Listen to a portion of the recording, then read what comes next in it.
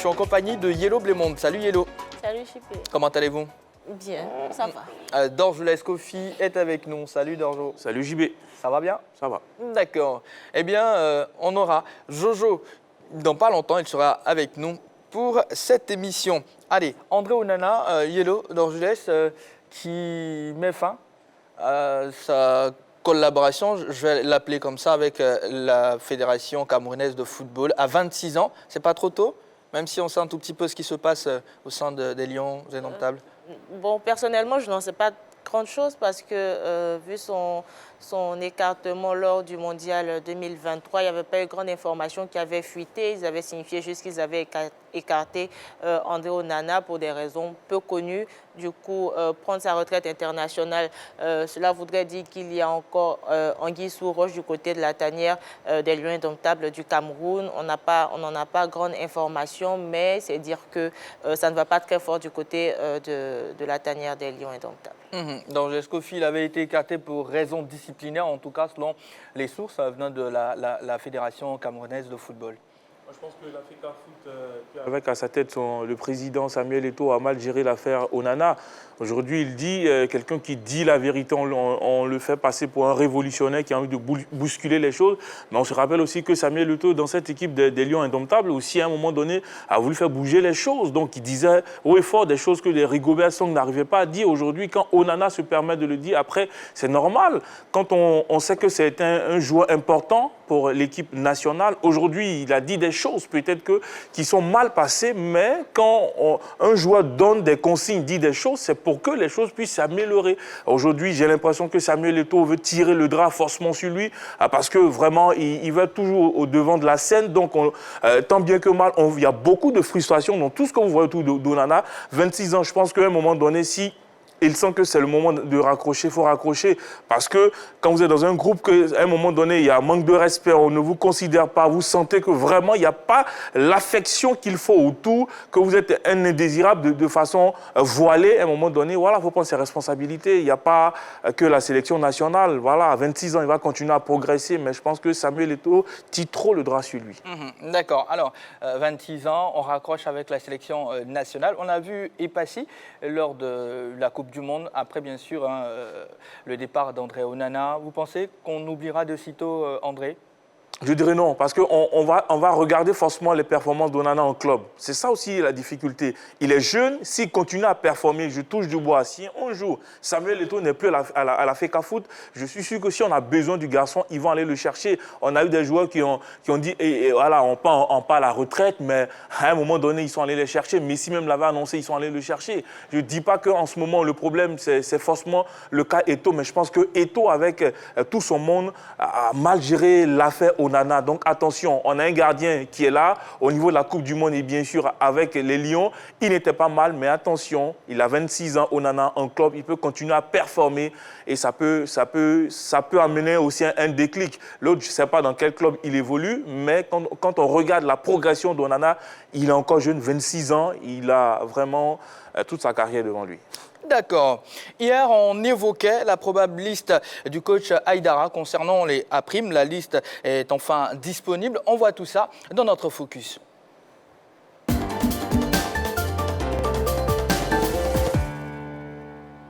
Aïdara Choualio, le sélectionneur des éléphants locaux, était face à la presse cet après-midi. Objectif, dévoiler la liste de son commando pour la phase finale du championnat d'Afrique des Nations dénommé CHAN. Pour l'édition 2023, prévue du 13 janvier au 4 février prochain. On en parle dans notre focus tout simplement. Dorjoles Kofi, vous étiez sur place. On a pu avoir la liste derrière. C'était quoi l'ambiance dans la salle? Non, bonne ambiance. Après, tout le monde attendait. Est-ce qu'il allait avoir des surprises, tout et tout? Le coach décontracté, il est comme il a l'habitude. Donc voilà, il y avait une très bonne ambiance du côté de la FIF. On attendait, il est arrivé et puis il a fait son job. On n'a pas senti de crispation, beaucoup de confiance. Après, c'est un habitué aussi. Voilà, donc voilà, il a fait son taf aujourd'hui. Yellow, vous avez pu voir la liste? Oui, ouais. Sur les réseaux sociaux. Oui, à vue d'œil, tout de suite, qu'est-ce qui a fait un déclic chez vous? La présence un peu trop grande de certains joueurs d'un même club, peut-être? Ça, c'est répétitif, hein, donc ça n'a pas été pour... Ça n'a pas été une surprise. Non, ça n'a pas été pour la grande surprise.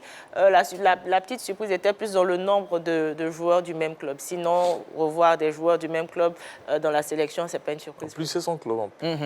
Allez. Son club préféré. Allez. Je pense qu'on va vous proposer, Férus de Sport, cette liste des éléphants de Côte d'Ivoire. À prime, bien sûr, il faut préciser, donnée par Haïdara Choilou. Et derrière, il fixe l'objectif pour son groupe, tout simplement. Les joueurs qui ont été cooptés pour aller défendre les couleurs de la Côte d'Ivoire. Il y a 3 gardiens de but, 7 défenseurs nominaux, 8 milieux de terrain et 7 attaquants. Au total, 25 joueurs qui ont été choisis pour aller défendre la Côte d'Ivoire. Nous avons Foli Ayaï Charles, ASEC Mimosa, Bamba Drissa, Stade d'Abidjan, Diakité Alimi Amin, ASEC Mimosa, Koulibaly Suleiman, ASEC Mimosa, Traoré Issif, Sporting Club de Gagnoa, Siaoune Abdul Aziz, Lys Sassandra, Badjo Serge Anthony, Sol FC, Andé Kofi Habib, Lys Sassandra, Yao Kwasi Atoula, ASEC Mimosa, Bayi Moïse, Sol FC, Aka Essis Baudelaire, ASEC Mimosa, Guama Marc, Sporting Club de Gagnoa, Zouzoua Pacom, ASEC Mimosa, Gueye Wilfried Semelo, Afad, Zougrana Mohamed, ASEC Mimosa, Diarasuba Salifou, ASEC Mimosa, Sidibé Alpha Stéphane, FC San Pedro, Soudogo Yaya, Soa, Oura Anissé, ASEC Mimosa, Kramo Kwame Aubin, ASEC Mimosa, Konate Abdraman, FC San Pedro, Sila Mohamed, Racing Club d'Abidjan, Ouattara Romaric, Stade d'Abidjan, Otro Mathieu Patrick, Lys Sassandra, Karamoko Sankara, William, ASEC Mimosa. Voici les 25 choisis. C'est peut-être avoir du mépris pour les adversaires, mais ce que nous pouvons vous garantir, c'est que nous allons à cette compétition avec l'intention d'écrire une nouvelle page pour la Côte d'Ivoire. Nous voulons écrire notre page, notre histoire. Il y a des pages blanches, je pense qu'il y a la place pour en écrire, et nous allons faire en sorte que ces pages-là soient remplies. Écrire l'histoire, c'est l'objectif du coach et de son groupe. Dorges Kofi, revenons un tout petit peu sur le nombre de joueurs de l'ASEC Mimosa. Pour vous, c'est justifié ou pas? Le nombre, bien sûr, dans cette liste-là. Est-ce que c'est justifié? C'est peut-être le choix de l'entraîneur. 11 joueurs de l'ASEC, quand j'ai compté. Après, je me dis, bon, l'ASEC, avec la préparation Coupe Confédération, Coupe CAF, des joueurs sont déjà en jambes. Côté Gagnois aussi, on a assez de joueurs. Moi, je pense que c'est peut-être ce qui a penché pour aller chercher jusqu'à 11 joueurs du côté de l'ASEC, parce qu'on s'est dit, il y a eu quand même les préliminaires, tout ça, on a essayé de jouer aujourd'hui. L'ASEC se retrouve en Coupe de Confédération, le championnat se poursuit. Peut-être, je me suis dit, il a voulu aller avec des joueurs qui étaient plus en jambes. On sait que l'ASEC, avec tous ces matchs disputés là, il y a des joueurs vraiment qui ont le rythme. Donc ça peut se comprendre d'aller chercher du côté de l'ASEC. Et puis on a essayé d'ajouter aussi d'autres joueurs du Sporting Club de Gagnoa aussi, qui ont compéti. Après, on a fait un mix avec des joueurs qui sont en forme. Donc ça peut se comprendre. Pour moi, en termes de régularité, en termes de pression, l'ASEC a déjà, avec ses joueurs, on connaît déjà la pression de voyager, tout ça. Donc, c'est peut-être ce qui a milité du côté de l'ASEC pour que ce club puisse avoir jusqu'à 11 joueurs dans cette sélection. Yellow, hier, on évoquait un tout petit peu la question des gardiens de but. Et on disait que ceux qui étaient de la dernière sortie n'étaient plus vraiment en forme. Là, on retrouve Foli Ayaï Charles de l'ASEC Mimosa, Bamba Drissa du Stade d'Abidjan et Diakité Alimi Amin de l'ASEC Mimosa. Donc 2 gardiens de l'ASEC Mimosa et 1 du Stade d'Abidjan. Quel est votre regard sur ces 3 noms? Un presque titulaire et un non titulaire du côté de l'ASEC Mimosa.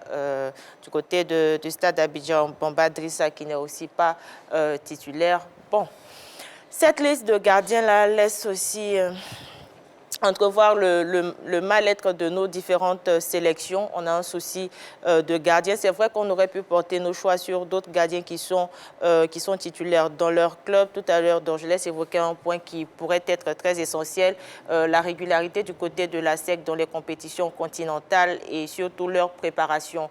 Parce qu'actuellement, au vu des performances de la SEC du côté du championnat, la SEC est le club le plus en forme sur 15 journées. La SEC a 8 victoires, 7 nuls, aucune défaite. Je pense que cela jouait dans le choix des joueurs de terrain aussi pour les gardiens. Mais je pense qu'il y avait mieux à faire. Ouais, pour les gardiens, hein, il a dit aussi que sur le cas Folly, c'est vrai, il a plus opté pour Folly pour son expérience. Il connaît déjà cette compétition. Et surtout, les compétitions africaines, il voyage beaucoup avec la SEC Mimosa, il a fait plusieurs clubs, il y a de l'expérience qui est là. Donc il s'est dit pourquoi pas, même s'il n'est pas titulaire, mais il y a de l'expérience, il peut essayer de communiquer son expérience aussi à ces jeunes joueurs-là. Et puis il n'a pas voulu vraiment bousculer les choses.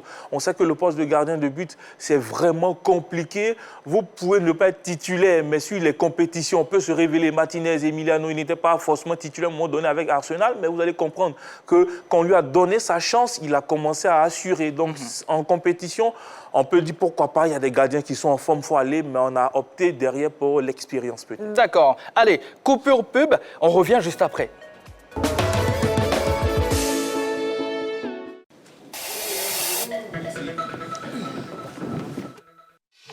La fin de la Coupe du Monde annonce la reprise des plus grands championnats. Et c'est le cas de la première ligue anglaise sur la 3. Avec un choc des extrêmes, Manchester City, distancé au classement par Arsenal, devra glaner le maximum de points face à Everton, condamné à l'exploit pour s'éloigner de la zone rouge. Et voilà l'ouverture du score, 10e minute de jeu, le grand pont qui fait la différence. 18e journée de Premier League, Manchester City, Everton, à suivre en direct ce samedi 31 décembre 2022 à partir de 14h30. La 3, nous offrons 3 fois plus de sport.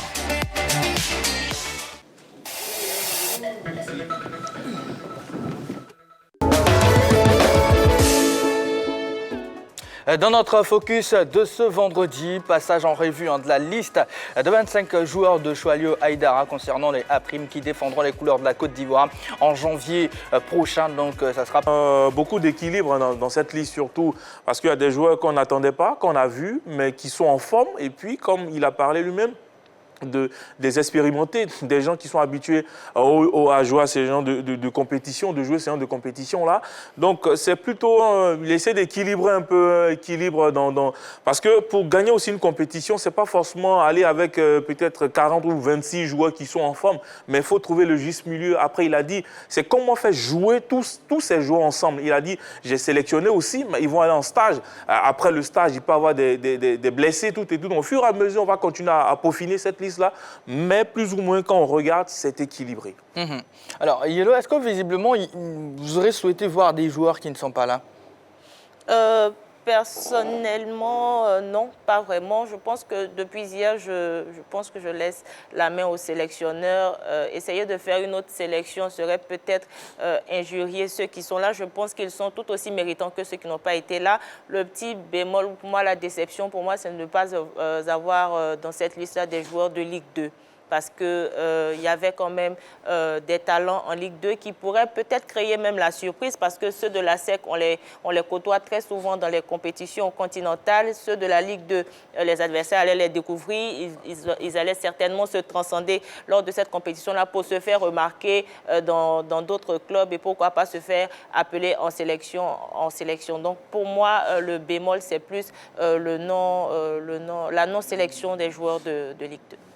Allez, donc je laisse avec vous. Quand on prend la liste, on retrouve un Akaïsis Baudelaire de la SEC Mimosa, un Gouan Marc, Zouzoua Pacom de la SEC Mimosa. On retrouve également Oura Anissé, par exemple, et Outro Patrick de l'IS de Sassandra, qui a fait sensation il n'y a pas trop longtemps et qui se retrouve dans cette liste-là. C'est l'accomplissement pour lui? Pour lui, c'est l'accomplissement. Il a fait 4 buts en 2 matchs. Ça dit quoi? Il a été magnifique avec le Lys de Sassandra. Pour moi, c'est la grosse surprise parce qu'on ne s'attendait pas à lui à ce niveau de performance avec le Lys de Sassandra. Qui manquait cruellement de finisseur aussi. Oui, parce qu'il faut dire l'équipe joue bien. On se rappelle quand il y a eu vraiment l'engouement autour du club, mais ça joue bien, ça ne marque pas. Et Outreau Patrick arrive, il fait des doublés en un point fini. Pour moi, c'est mérité, c'est la grosse surprise. Ça prouve que son travail a payé aujourd'hui. Je suis pas surpris. C'est ce que je voulais. Il est là, il va continuer parce que son profil est différent des autres. Il peut jouer dos au mur. C'est un garçon devant les buts qui est clinique. Il n'a pas besoin d'avoir 3-4 ballons pour mettre au fond des filets. Sur les côtés, on a des joueurs qui vont vite, qui joue pour l'attaquant. Je pense que ça peut être la révélation et le facteur X pour nous à cette compétition-là. Donc, très heureux de le voir dans cette liste-là. Je pense qu'il va apporter un plus. Allez, Coca, pour parler de Konaté Karim, est parti. Depuis, on a vraiment eu peur parce qu'en attaque, ceux qui étaient là n'ont pas forcément tenu la dragée haute. Derrière, est-ce qu'aujourd'hui, avec Outreau, ça serait étonnant de le voir titulaire dans cette équipe-là? Moi, je pense qu'il faut tenter le coup. Il faut tenter le coup parce que le garçon, il est en confiance en championnat. Il se dit que, écoute, c'est une compétition, c'est le charme. J'ai bien envie de marquer de mon empreinte dans cette compétition-là. Faut le lancer. Je pense qu'aujourd'hui, il joue sans complexe. Il faut juste mettre le garçon en confiance. Il faut prendre des risques. C'est ça aussi la magie d'un entraîneur. On sait qu'on ne va pas forcément aller déjà sur nos acquis pour dire, bon, on a déjà des attaquants. Non, par moment, il faut bousculer la hiérarchie. On peut avoir des joueurs qui sont déjà titulaires, on sait plus ou moins qui vont évoluer, mais on se dit, pourquoi pas ne pas l'essayer? Pour moi, tout de suite, il faut le lancer dans le bain. Et s'il se met en confiance, je pense que c'est fini. C'est un garçon qui... Ce qui me plaît, c'est qu'il est clinique. Il n'a pas besoin de beaucoup de temps. Il peut être transparent dans le match, mais le premier ballon qu'il touche un peu à la Giro, que ça soit de la tête que du pied, il est magnifique. Et il va à fond quand il joue ses courses. Et puis, il a le flair. Il sent, il sait faire les appels en profondeur. Donc, je pense que pour cette compétition, on n'a rien à perdre. On a tout à gagner. C'est l'occasion pour nous aussi de révéler des talents. Il y a des anciens qui sont là, mais des garçons comme Outreau, aujourd'hui, ils ont leur place dans cette sélection. Allez, présent lors de la conférence de presse des confrères jugent cette liste de Choualio Aïdara pour le CHAN 2023 en Algérie. Le sélectionneur national des éléphants A-Prime vient de rendre publique sa liste des 25 joueurs pour la bataille du CHAN. Une sélection reste ce qu'elle est. Il y aura forcément des réactions. Pourquoi un tel joueur est appelé, pourquoi un autre n'est pas sur cette liste. Le sélectionneur, dans le choix de ces listes, on estime qu'il est souverain. Il a dressé donc la liste des joueurs qu'il a pu suivre durant la première partie de la saison qui s'achève maintenant. Nous sommes à 15 journées de la Ligue 1. Tous les joueurs appelés évoluent dans le championnat de Ligue 1. Il a estimé donc que ce sont les meilleurs qu'il faut pour parler de défendre les couleurs ivoiriennes durant donc cette édition du CHAN. On nous espérait qu'il pourra donc justifier sur l'heure de jeu ses choix. Nous, en tant qu'observateurs, qui avons passé quand même de tout ce temps-là à suivre cette Ligue 1 de Côte d'Ivoire, on estime qu'il y a des joueurs qui ne méritent pas d'être dans cette sélection. On estime qu'il y a d'autres également qui auraient pu être là, qui ne le sont pas. Mais lui, en tant que sélectionneur, il a estimé que ses choix sont les meilleurs. Il ne nous reste plus qu'à le suivre et puis à espérer que ces joueurs-là nous donnent satisfaction et que la Côte d'Ivoire ira donc le plus loin possible avec ses 25 joueurs appelés par Aïdara Choualio. On a suivi avec beaucoup d'intérêt cette liste. En tant qu'observateur, je pense que la Côte d'Ivoire a la chance d'avoir au moins 15 matchs dans sa jambe. On attend de voir. Maintenant, le discours sera très important parce que c'est au bout des suspens qu'on s'est qualifié. On attend de voir. Et je pense qu'en termes de rythme, en termes d'avis, la Côte d'Ivoire a des arguments. Maintenant, Choualio, c'est un vieux briscard. Il a fait de bons choix, de très bons choix. Je suis convaincu qu'au prix d'un orgueil, la Côte d'Ivoire peut aller en demi-finale. Pour moi, c'est la meilleure liste. Tous les meilleurs du championnat sont là. La bataille, c'est que le coach il a assisté à 15 journées de championnat. Donc, il avait une idée précise sur les joueurs qui ont donné le meilleur d'eux-mêmes pendant toutes ces 15 journées de championnat. Et puis, il a eu plusieurs stages quand même de préparation avec ces joueurs. Et je pense que les joueurs qui ont donné satisfaction pendant les stages, pendant les matchs avec leur club, sont tous présents. Il y a des absents, mais c'est des absents pour moi qui sont compensés par ceux qui sont déjà là. Les absents, je ne vois pas, ce n'est pas une liste où un absent, on dirait que c'est un peu un scandale. Voilà, donc pour moi, même si on peut peut-être épiloguer sur le cas de Folie, qui ne joue plus à la SEC Mimosa, Mais bon, souvent aussi, c'est le poste de gardien, on peut ne pas être titulaire en club et être un bon gardien en équipe nationale, surtout pendant une grande compétition. S'il a donné le nom des joueurs, c'est qu'il a pensé que c'est le meilleur joueur du moment. Puisque le championnat a commencé depuis 15 journées, il a quand même eu le temps de regarder la plupart des équipes. Et s'il a choisi ces 25 joueurs, donc je pense que c'est ceux qui sont en forme pour le moment. Et il faut lui faire confiance, aux joueurs qu'il a convoqués. Je pense que le CHAN, nous tous on a envie de gagner ce CHAN qui manque au palmarès du football ivoirien. Mais ça ne sera pas facile parce que déjà dans nos groupes, on a 3 gros adversaires qui nous attendent. Mais je pense que Dayala Choilio, c'est quelqu'un il connaît bien le football ivoirien. Je pense que quand on lui accorde une sélection, il fait du bon travail. Et on espère encore que cette fois-ci, il va faire du bon travail pour qu'on puisse aller de l'avant parce que c'est la seule sélection avant la CAN 2024 chez nous. C'est la seule sélection qui nous reste encore pour espérer gagner une Coupe d'Afrique.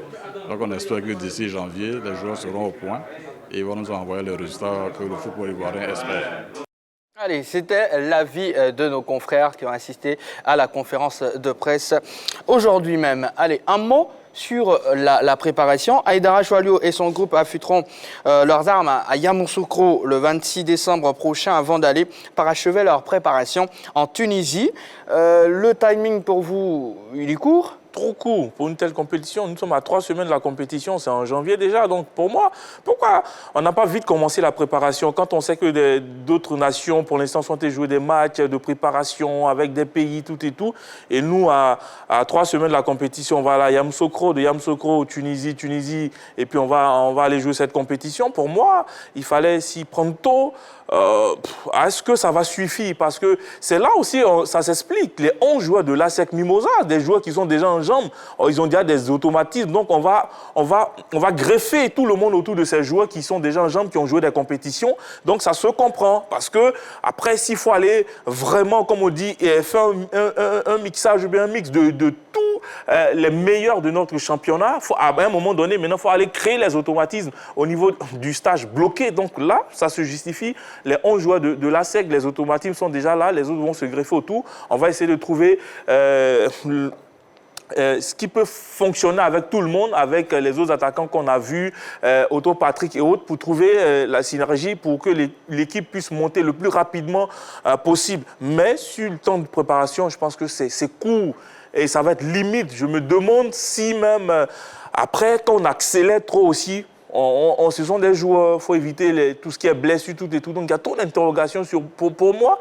Et depuis, on pouvait commencer 3 mois, 4 mois à préparer tout simplement. On aime trop durer avant de préparer nos compétitions et c'est pas bien.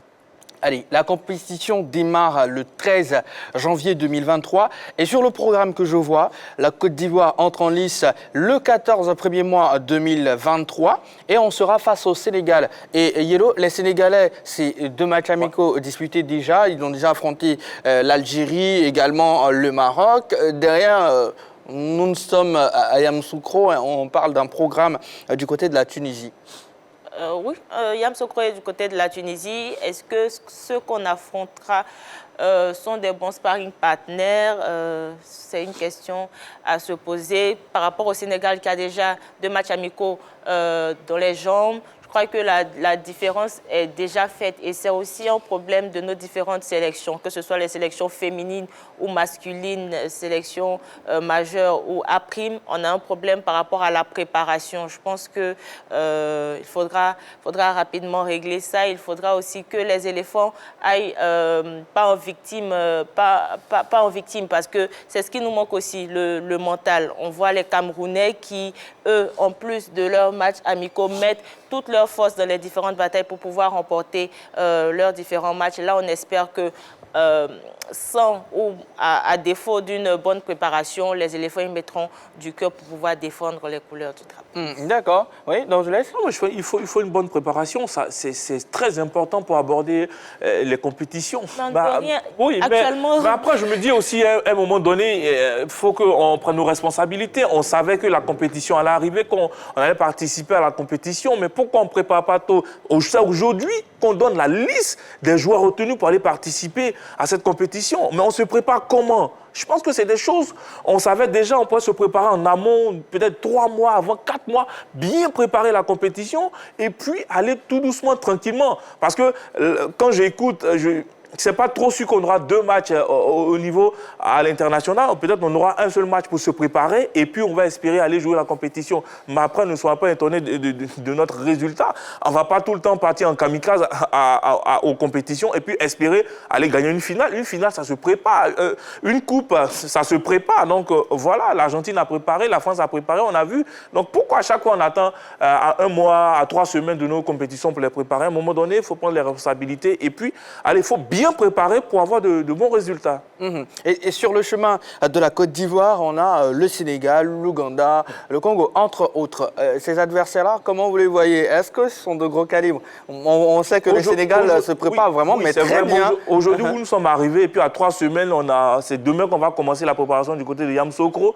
Ce sont de gros calibres. Attention, on va se dire, oui, notre championnat, mais aujourd'hui, on voit que l'ASEC a du mal même à aller jouer une Ligue des Champions, de la CAF. C'est compliqué en Coupe de la Confédération pour sortir des matchs de poule. Vraiment, je laisse carrément le nom de ces pays-là. Je dis que ça sera compliqué pour nous d'abord de sortir de la phase de poule pour espérer aller le plus loin possible parce qu'on n'est pas encore bien préparé. En 3 semaines, est-ce qu'il y aura de la magie? Sait-on jamais? Il peut y avoir des blessés, c'est pas ce que je veux, je touche du bois, mais tout peut arriver. Il faut prendre cette compétition-là vraiment au sérieux parce qu'en 2023, c'est tout ce qu'on a. Et c'est tout ce qu'on a. Et on va souhaiter bonne chance à nos éléphants à prime tout simplement pour mouiller le maillot. Tout simplement la préparation. Oui, le message Yellow. Mouiller le maillot. Allez. Il faut bien mouiller le maillot. Il faut bien mouiller le maillot. Il faut montrer qu'on a envie de jouer et que ça se joue sur des détails. Et on a envie d'aller loin, on a envie de faire mieux que cette 3e place-là qu'on a eue il y a un peu longtemps tout de même. Il y a un peu longtemps, donc bonne préparation messieurs et surtout bonne chance. On reviendra pourquoi pas la semaine prochaine sur cette actualité avec beaucoup plus de détails en compagnie de toute la team, toute la grande team. Vous le savez, les vendredis, le format un tout petit peu différent. On donne des infos, mais pas que. On s'amuse un tout petit peu avec nos invités. Vous le savez, on saupoudre un tout petit peu tout ça avec des artistes. Et aujourd'hui, 2 artistes pour nous accompagner tout au long du reste de l'émission. Oui, parce que la première partie est terminée.